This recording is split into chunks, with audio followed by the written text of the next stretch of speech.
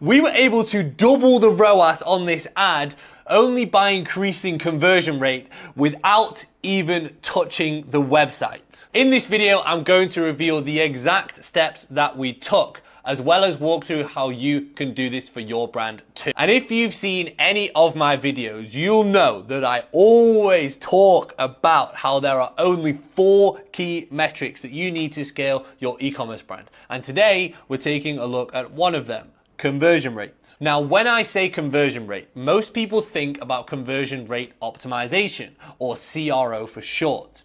This is specifically making changes to the website, things like improving the site load speed, making the site more easier to navigate, essentially making it easier for a customer to buy, and making the website more convincing for a customer to buy as well. Now, all of these things do matter a lot. However, we make a very clear distinction here.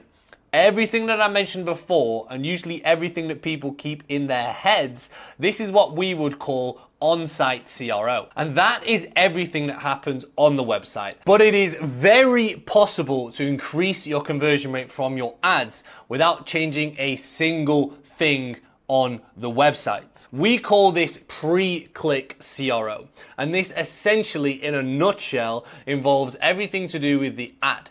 So making sure that the ad accurately reflects what is actually listed on the website, making sure that we don't deceive people from those ads, making sure that everything is aligned and congruent with what is on the landing page, as well as actually pre-framing the sell. And as we know, guys, if we can increase our conversion rate, we will increase our ROAS and we will make more money. And hey, that's what everyone wants. Take a look at this screenshot here.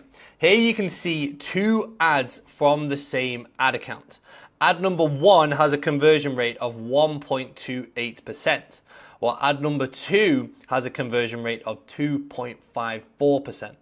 And as you can see, the difference in conversion rate has had a massive effect on the ROAS.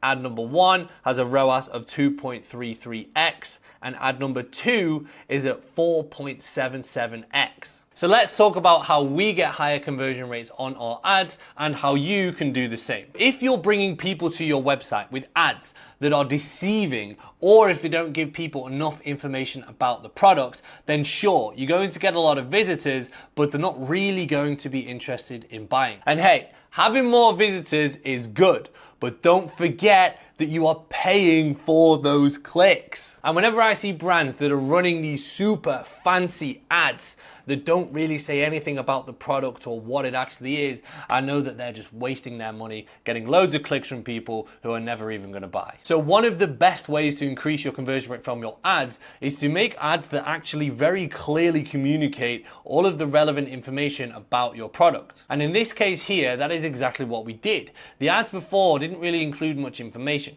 We decided to include a lot of information in the ad about specifics around the product, even the price point, the sizing, all this stuff, so that people could know before clicking on the ad whether this was a product for them or not. We also made sure that the ads weren't deceiving. Now you might be thinking, what does he mean by this? Well, all the time I see agencies run ads that are super clickbaity. So the ads might have these shocking claims or these super interesting, curious things in them that make you click to be like, what is this? I need to know. But the problem is, half the people who click don't even really know anything about the products. And they click, they visit the site and they go, I don't really care about this thing, and they leave. Or worse, they're expecting something completely different, whether that's a crazy offer or a crazy discount or something like that. And if they visit the landing page or the website and there's nothing about that there, then they're gonna feel deceived and they're not gonna want to buy. And of course, all of this is definitely easier said than done. Even for ourselves, we've worked with hundreds of e-commerce brands and we have some tried and tested creative frameworks